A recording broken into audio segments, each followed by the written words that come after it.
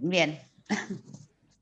Bueno, esto también es aprendizaje, chicos. Fíjense que lo que estamos hablando, o sea, cómo estoy aprendiendo que mandarle al otro para que, digamos, esto implica una lógica distinta y bueno, por eso mismo, por eso yo hablaba del aprendizaje, ¿no? El cambio en el sujeto y todo lo que genera. Bien, entonces estábamos hablando de las teorías mediacionales del aprendizaje. Sí, justamente que estas teorías lo que van a explicar o van a dar cuenta de decir que, bueno, que en todo acto de aprender, sí, de alguna manera, lo que existe en el sujeto, digamos, tiene una estructura interna, ¿sí? Intervienen muchos mecanismos que están, o sea, tiene que ver la cuestión del medio, ¿sí? La cuestión cultural, la cuestión contextual, y a su vez también todas las variables afectivas que inciden, digamos, en el aprendizaje, en estas emociones que las teorías que previamente las desarrollamos a vuelo de pájaro en realidad no tienen en cuenta todo lo que sucede en la subjetividad del sujeto, sino por todo lo contrario, simplemente es un simple, digamos, respondiente de lo que cualquier, o sea, ante cualquier estímulo, ¿sí? Entonces, ahora lo que vamos a empezar a desarrollar son las teorías mediacionales, ¿sí? Que de alguna manera tenemos una gran... Uy, miren, acá, esto no, perdón. Ah, miren, esto era lo... Esperen. Ustedes saben que creía que no se veía esto. Bien. En realidad, cuando hablamos de las teorías mediacionales, hay una gran variedad de teorías mediacionales, ¿no? Y vamos a empezar a trabajar con la de Piaget, ¿sí? Que es, en realidad, se ha tomado como, digamos, su teoría, se ha tomado como una teoría psicológica, o como, o sea, en realidad su gran preocupación fue cómo construyen la inteligencia a los niños. Él viene del campo, o sea, él viene del campo de la epistemología, no era psicólogo, y en realidad él lo que intenta es, a partir de la observación, o sea, intenta explicar, ¿sí? Cómo se va construyendo la inteligencia en el niño. A partir de ahí, en la inteligencia de los sujetos. Él lo que va a hacer es, o sea, su teoría se basa en qué? Primero en la observación de sus 3 hijos, ¿sí? Entonces él va observando sus 3 hijos y a partir de ahí va a dar, ¿sí? Su teoría o la construcción que él tiene acerca de la inteligencia. En realidad también él, o sea, él comienza a plantear, decir, bueno, ¿hay una estructura en el sujeto? Sí. Bien. ¿Hay movimientos en el sujeto al incorporar un objeto de conocimiento? Sí. Y en realidad él le va a dar, de alguna manera, nombre y apellido a esta forma de, digamos, de que el sujeto va construyendo la inteligencia. En primer lugar, él fundamentalmente va a empezar a plantear lo siguiente, ¿sí? Que digamos, todos tenemos esquemas, ¿sí? Estos esquemas plantean que todos tenemos algo, digamos, un esqueleto, ¿sí? Que está vinculado con cada una de nuestras propias estructuras, ¿sí? En nuestro sistema cognitivo, ¿no? Y que también se vincula con diferentes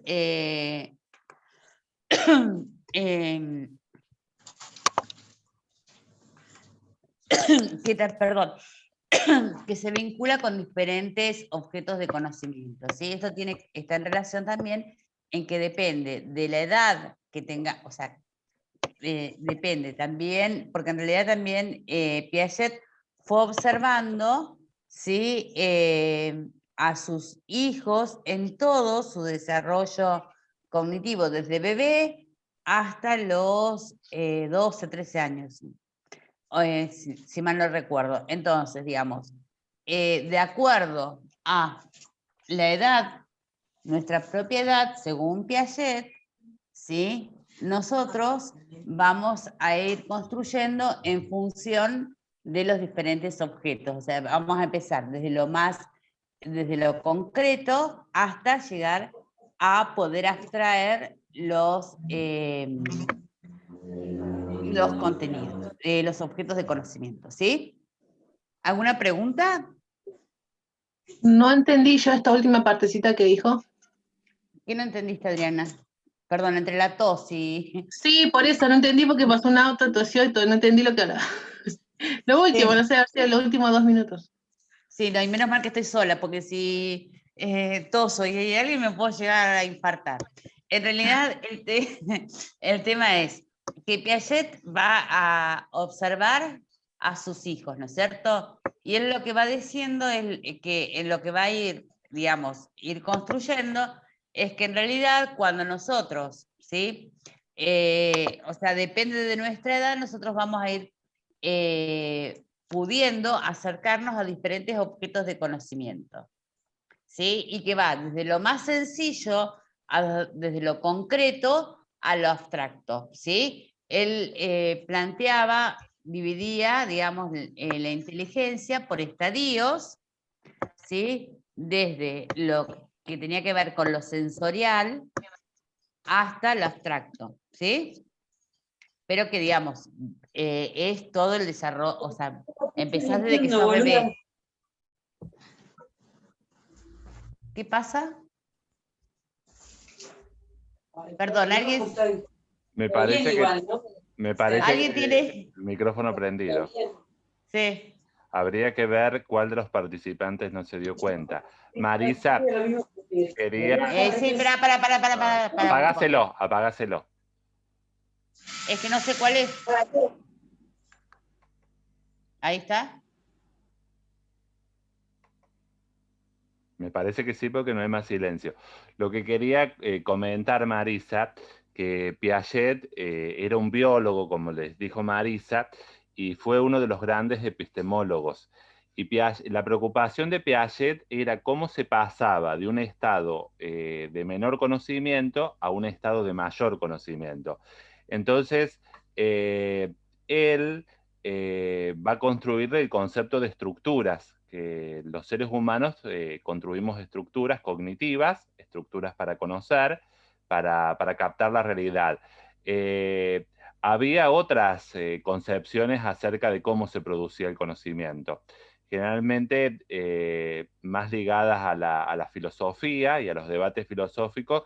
Estaban las corrientes empiristas que decían que lo que vemos produce conocimiento, o la captación de lo que vemos en la realidad, es decir, que el sujeto capta eso en la realidad y se va llenando como una tabla rasa eso que vamos captando. Eso se va a expresar en la psicología en las teorías más comportamentales, más conductistas, de base norteamericana, de base de psicología norteamericana.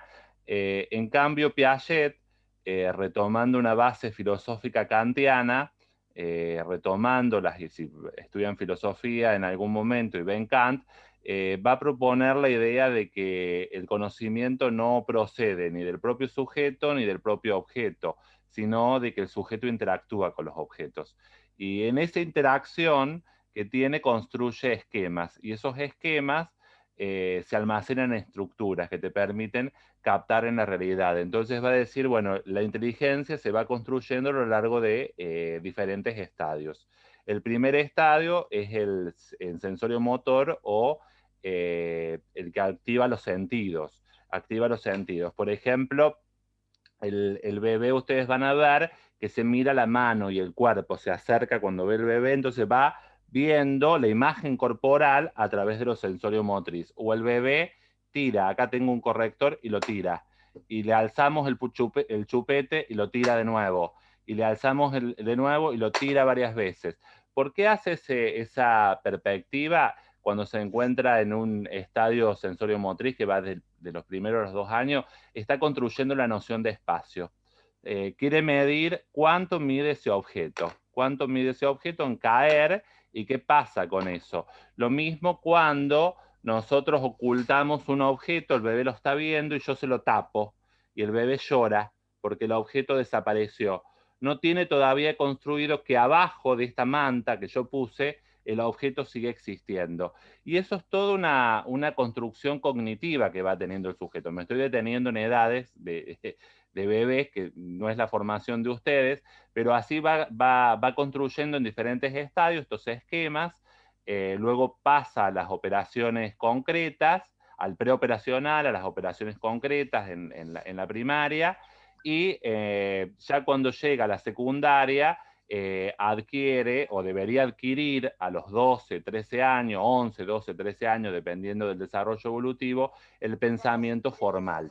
Que el pensamiento formal permite abstraer y permite hipotetizar y adquirir otro tipo de pensamiento en el sujeto.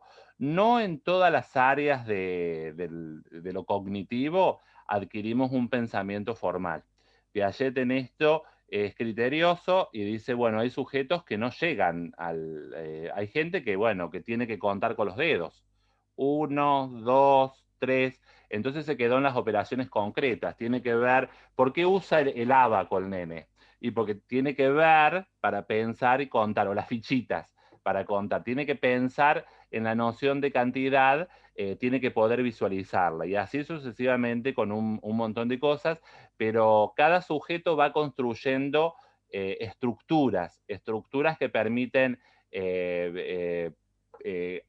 adquirir ese conocimiento, asimilar, porque la idea de Piaget es que asimilamos, y esa asimilación se acomoda en las nuevas estructuras, Ustedes tienen esquemas del conocimiento histórico, del conocimiento de las letras, del conocimiento matemático, del conocimiento de las ciencias naturales o el biológico, y esos esquemas permiten que ustedes asimilen y acomoden el nuevo conocimiento. Y seguramente habrá esquemas de el conocimiento pedagógico didáctico que les permiten en este caso a ustedes construir los conceptos e ir acomodándolos. Por eso se habla de lo interno, ¿Qué sucede al interior del sujeto? ¿Qué mediaciones tiene el sujeto? ¿Qué esquemas están mediando lo que el sujeto va conociendo? Por eso son teorías mediacionales. En realidad también podríamos decir, Pablo, que un gran problema que tenemos en el sistema educativo fue que en un momento la teoría de Piaget estuvo en boga y que en realidad después, digamos, se universalizó, que todos los chicos, digamos, iban construyendo de acuerdo a determinada edad, determinado conocimiento. Entonces se universalizó y no atendiendo a la particularidad de cada sujeto, porque pensemos que él parte de la observación de sus propios hijos. Entonces después no podemos traspolarlo a eso al ámbito, digamos, escolar, o que en realidad es digamos, como que no hay una relación con la teoría. En realidad lo que va a seguir, como lo adelantó Pablo, ¿sí? Espérenme, bueno, esto ya se dijo, ¿sí? Y en realidad él lo que va a plantear es justamente, ¿no? Como que también dentro, ¿sí? De lo que es digamos, proceso, ¿sí? De la construcción de la inteligencia y a su vez, ¿sí? De cómo va incorporando a los distintos objetos de conocimiento, él va a plantear que hay invariantes, ¿no? Estas invariantes, sí, porque no varía, él da da una categoría de estabilidad, sí, a determinadas operaciones o determinadas acciones que hacen los sujetos, ¿no? En realidad, fíjense que él va a plantear. En primer lugar, la asimilación, ¿sí? Que tiene que ver con esta cuestión del tomar, por un lado tomar y modificar los datos que tenemos dentro de las estructuras nuestras, la acomodación, este cambio, ¿sí? Este quiebre, este movimiento que se produce al interior de la estructura del sujeto, y por otro lado, digamos, este movimiento, ¿no? Sí, de organización, es decir, bueno, ir incorporándolo en distintas partes de nuestra estructura cognitiva, ¿sí? En realidad, lo significativo de esta teoría, digamos, que rompe un poco, o sea, un poco con los paradigmas anteriores, es justamente esta idea de movimiento dialéctico, ¿no? Entre la asimilación, la acomodación, la organización y la adaptación, y que en realidad también plantea esta idea de que de alguna manera la fase activa del sujeto en cuanto a la incorporación de ese conocimiento. Por otro lado, o sea, dentro de estas teorías mediacionales tenemos, por un lado, la teoría de Piaget, que algunos, o sea, unos le dicen la teoría de Piaget, otros le dicen constructivismo, porque en realidad tiene que ver con esta idea de construcción, ¿sí? Y por otro lado, tenemos otra teoría mediacional, que es la teoría de David Ausubel, ¿sí? Que es un psicólogo norteamericano, que él en realidad es un psicólogo educacional, ¿no? Y que en realidad él va a trabajar la cuestión del aprendizaje, focalizándolo en el aprendizaje verbal, sí, significativo, pero en realidad él también lo que va a mencionar es que en primera instancia, él, bueno, sosteniendo que, bueno, que nosotros, o sea, el incorporar un objeto, sí, podemos otorgarles, cuando hablamos de significativo, digamos, le otorgamos un determinado significado, y en realidad él en primera medida va a, digamos, hacer una categorización entre aprendizaje significativo y no significativo, ¿sí? Cuando nosotros hablamos de aprendizaje significativo, estamos haciendo mención a que nosotros le otorgamos significado, ¿sí? Y el no significativo es aquel aprendizaje que nosotros no le otorgamos significado. Por otro lado, dentro de estas dos categorías, sí, también él va a decir fundamentalmente que hay dos tipos de aprendizaje: el aprendizaje memorístico y el aprendizaje por descubrimiento. Y acá en realidad entra en juego, digamos, algunos conceptos o algunos prejuicios que solo a mi modo de entender, que solo el aprendizaje por descubrimiento es significativo. Yo no coincido, o sea, hay muchas veces que se cree que solo descubriendo el sujeto le va a otorgar significado. También el aprendizaje memorístico, de acuerdo, ¿sí? Digamos,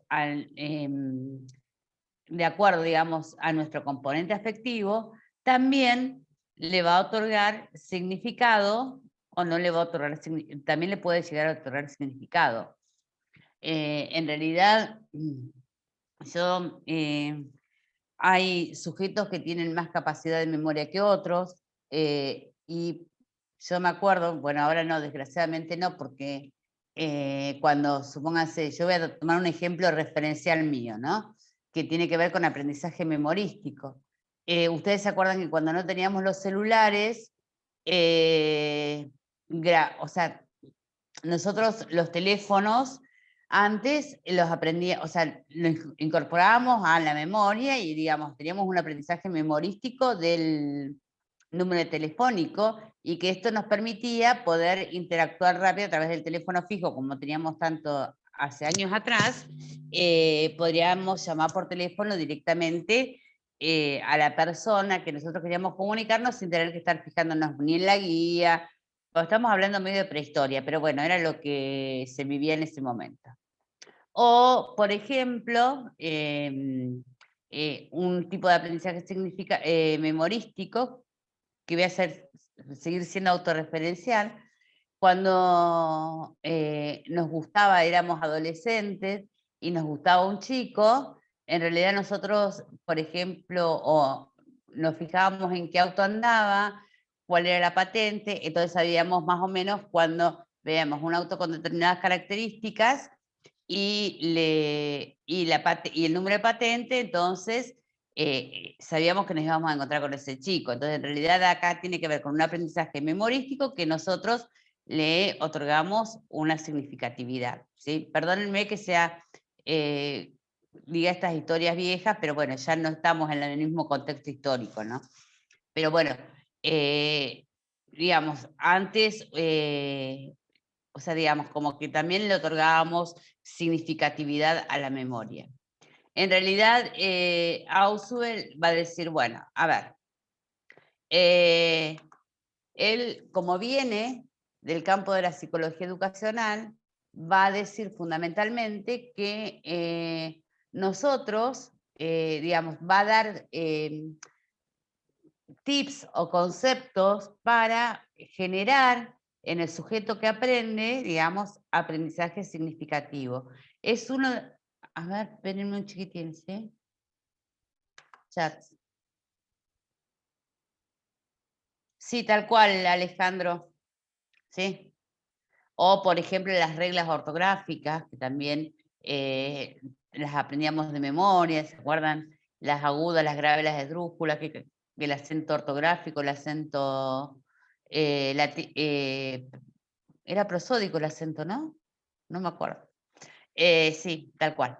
En realidad, él lo que va a, o sea, lo que va a dar Ausubel es,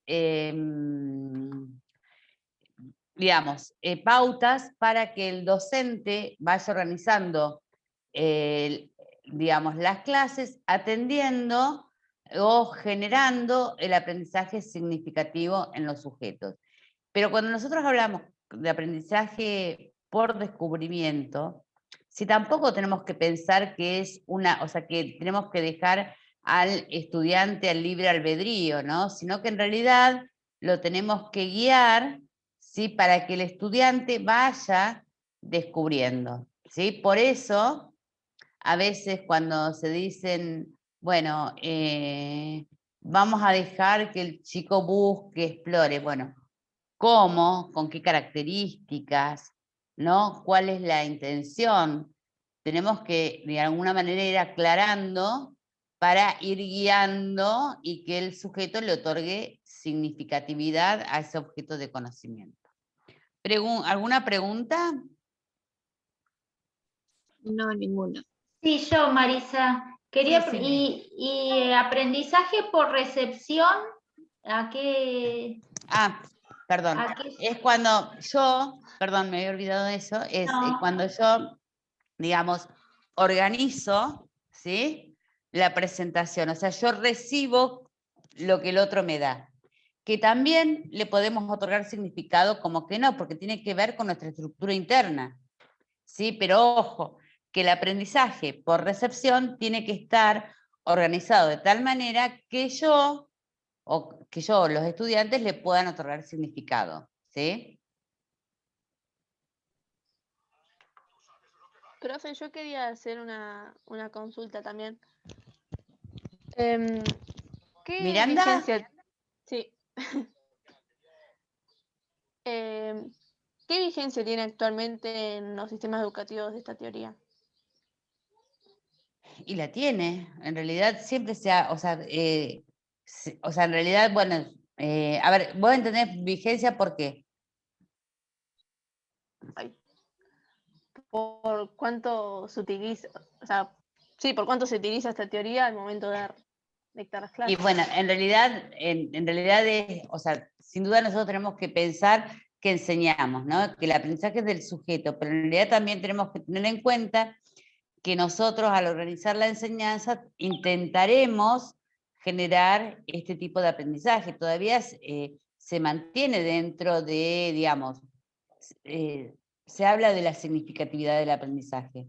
Lo que pasa que el tema es qué es lo que pasa con los actores que, digamos, responsables de organizar diferentes clases, ¿no? Porque a veces el tema es que cuando nosotros queremos generar en el sujeto aprendizaje significativo, en primer lugar nosotros tenemos que tener en cuenta algo que es fundamental, digamos, los elementos estructurantes del campo de conocimiento, por un lado, y por otro lado, tenemos que tener en cuenta, ¿sí? Digamos, a dónde vamos a focalizar, ¿no es cierto? ¿Cómo vamos a organizar el contenido atendiendo específicamente al campo estructurante del contenido? ¿Sí? Vos fíjate que lo ideal sería, si el sujeto le puede otorgar significado, en realidad lo puede, digamos, lo incorpora y a partir de ahí lo puede, digamos, poner en acto en otras situaciones. Lo que pasa que acá tiene que ver cómo, a ver, con el qué y cómo se utilizan los diferentes, en primer lugar, cómo se utilizan los recursos dentro del aula, qué características le ofrecen al contenido. No siempre, digamos, los docentes enseñan sabiendo, ¿sí?, el campo de conocimiento. Si vos te fijas, todos los docentes intentan generar cambios en el sujeto y que el sujeto le otorgue significado, pero después a la hora, digamos, de poner en acto, no se tiene en cuenta las variables ni culturales ni sociales del sujeto, ¿sí? Marisa, ¿puedo agregar algo? La teoría del aprendizaje Miranda el aprendizaje significativo está sumamente vigente. Es una de las que más vigencias tiene porque todas las perspectivas constructivistas tratan de que los alumnos construyan significados. Entonces, hacer un puente entre lo que vos sabés y la nueva información que se presenta. Que vos construyas significado. ¿Cómo significás vos la información que se te presenta? Por eso habla del aprendizaje verbal significativo, es decir, los cuerpos de contenidos verbales, lo verbal, cómo lo podés significar en tu estructura cognitiva. Y casi todas las teorías didácticas específicas toman como base de que hay que propiciar aprendizajes significativos en el aula, vinculando lo que el estudiante sabe con la nueva información que vos tenés que presentar. Y algo que estuvimos charlando en varias clases es partir de saberes previos, conocimientos previos que trae el alumno, y bueno, eso propicia aprendizajes significativos en el alumno. Realmente se produce, Ausubel tiene una frase en el libro, en el libro voluminoso de Psicología Cognitiva que dice, averígüese lo que el alumno ya sabe y enséñese en consecuencia.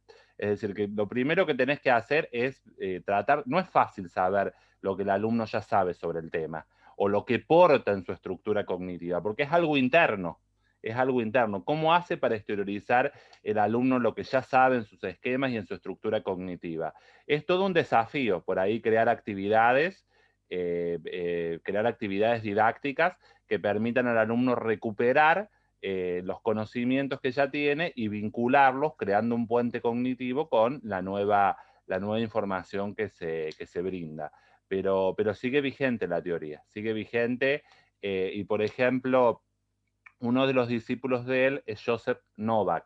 Joseph Novak es un especialista en todos los temas que tienen que ver con la creación de mapas conceptuales.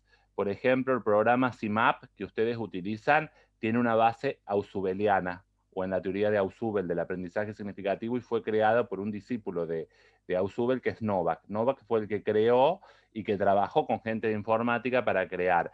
Es decir, la creación de mapas conceptuales permite crear esquemas para significar la información, para crear redes y crear puentes para significar. Por ejemplo, todo lo que es el trabajo de estrategias, no de enseñanza, pero de aprendizaje con mapas conceptuales, tiene una base en el aprendizaje significativo, que es muy usado cuando vos haces cursos de estrategias, cómo aprender en la universidad y cómo además se recomienda utilizar mapas conceptuales. También que un profesor presente un mapa conceptual en una pizarra u organice un mapa de los conceptos le ayuda al estudiante a significar esos conceptos, le organiza esos conceptos, es un organizador de la información. Es decir, la teoría del aprendizaje significativo dice, bueno, hay que organizarle la información al alumno, organizar previamente la información, para que el alumno la pueda vincular y pueda crear un puente cognitivo. Así que sigue sumamente vigente. Vos vas a leer en muchos textos de didáctica y muchos textos pedagógicos la noción de aprendizaje significativo, a veces referenciados directamente hacia Ausubel o hacia las teorías constructivistas y socioconstructivistas. En realidad después pasa, el tema es, ¿no? De lo que plantea la teoría a lo que se pone en acto, por ahí no hay una vinculación, ¿no? Pero en realidad el tema es, bueno, esta cuestión de indagar los saberes previos es una tarea difícil.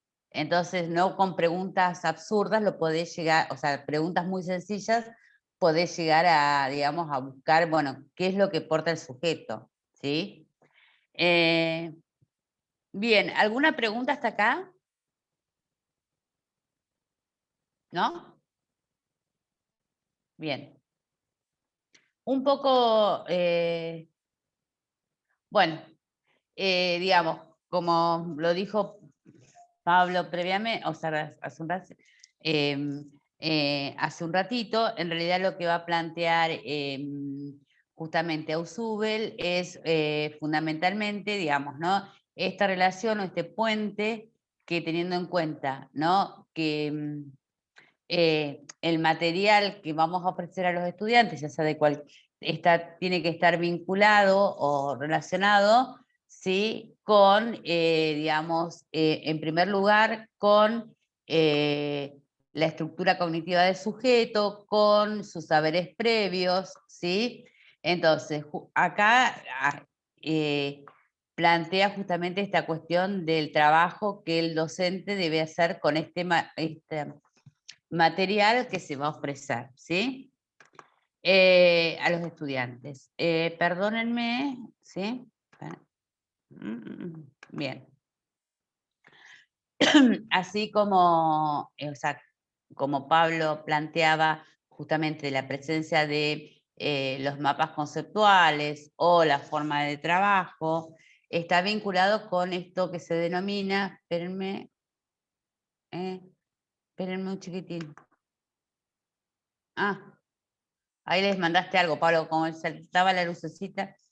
Digamos, marcar, de alguna manera deben presentar, digamos, así como planteaba el mapa conceptual o el programa, tiene que ver con que se constituye en un organizador previo. Entonces el estudiante, ¿sí? Va, digamos, sirve, ¿sí? Como un nexo entre este material nuevo y el material anterior, ¿sí?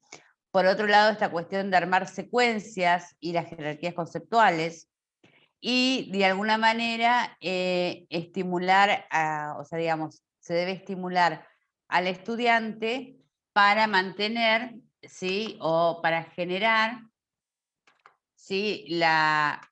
¿Sí? Para poder generar este vínculo entre la relación nueva y con, digamos, la vieja información. En realidad es muy interesante la teoría ausubeliana porque en realidad, ¿qué pasa? Implica un trabajo que está vinculado con el contenido a enseñar y con, digamos, cómo generar, ¿sí?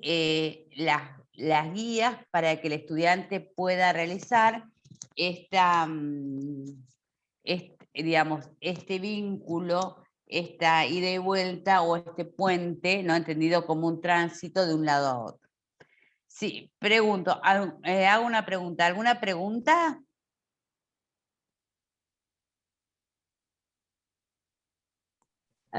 No, profe, por mi Bien. parte no. Bien, o sea, como el jueves tenemos menos de un minuto, cortamos acá y el martes que viene terminamos con Vygotsky y damos enfoques de enseñanza. Así cerramos la unidad 1 del programa. ¿Les parece? Bueno, Bueno, profe. Ok, Bueno, entonces les Listo, deseamos gracias. felices Sí, Pascuas. Bueno, Cuídense. gracias. ¿eh? igualmente. Y Chao, después gracias. chao. Bueno, chao, chao. Chao. Chao, Porque profe. están todos empezados, chao, chao, chao, chao. Felices Pascuas. Feliz Profe. Pascua a todos y a todas. Muchas gracias.